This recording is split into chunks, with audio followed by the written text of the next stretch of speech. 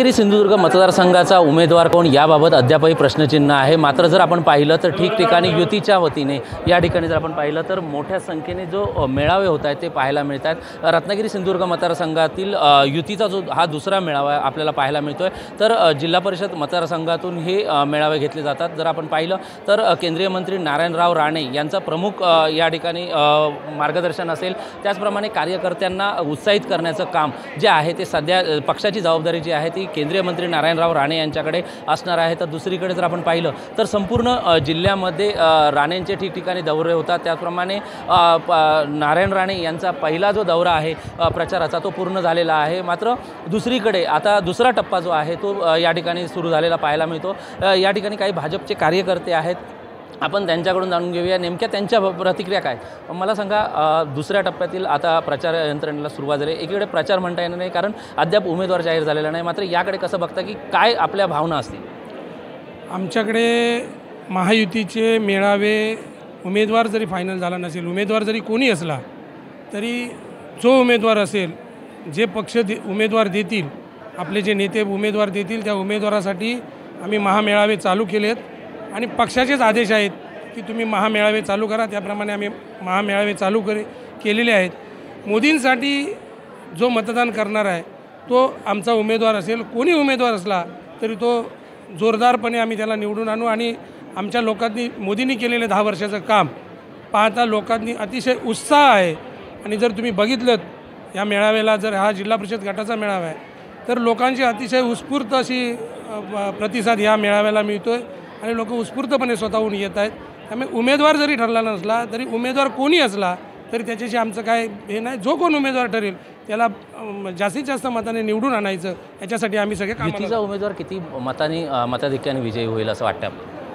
हा सगळा उत्स्फूर्त लोकांचा प्रतिसाद बघता आणि माझी खासदार जे होते त्यांनी 10 वर्षात कोणत्याही प्रकारचं, म्हणजे मी अतिशयोक्ती सांगणार नाही पण आमच्या ह्या जिल्हा परिषद गटात म्हणजे एकही सांगण्यासारखं त्यांनी काम कुठचंही केलेलं नाही। म्हणजे मला माझ्या माहितीप्रमाणे कदाचित माहिती अपुरी असेल पण 57 लाख रुपये त्यांचे यंदाच्या बजेटमध्ये त्यांच्या खासदार निधीतले शिल्लक राहिलेत।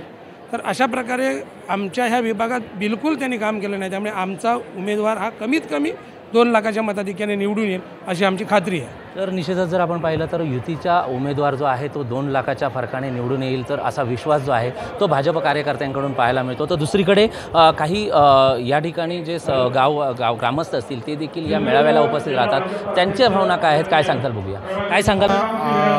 जे आता लोकसभेची इलेक्शन समोर आलेली आहे, या ठिकाणी आता महाआघाडीचा तर उमेदवार नक्की झालेला आहे। त्यांच्या जवळजवळ 2 ते 3 फेऱ्या प्रचाराच्या ह्या विभागामध्ये झालेल्या दिसत आहेत। आज महायुतीचा फोंडागडमध्ये पहिलाच कार्यकर्ता मेळावा होतो या ठिकाणी आणि अजून महायुतीचा उमेदवार आपल्याला निश्चित झालेला नाही आहे। तरी पण या ठिकाणी इथलं वातावरण पाहता आज महायुतीच्या दिशेने बऱ्यापैकी वातावरण तयार झालेलं आहे।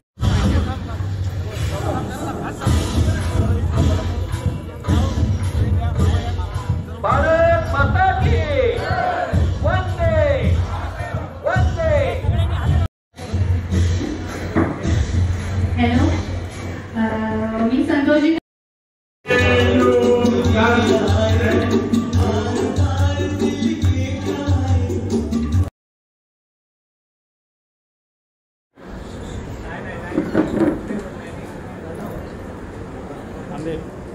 भारतीय जनता पार्टीचा, महायुतीचा।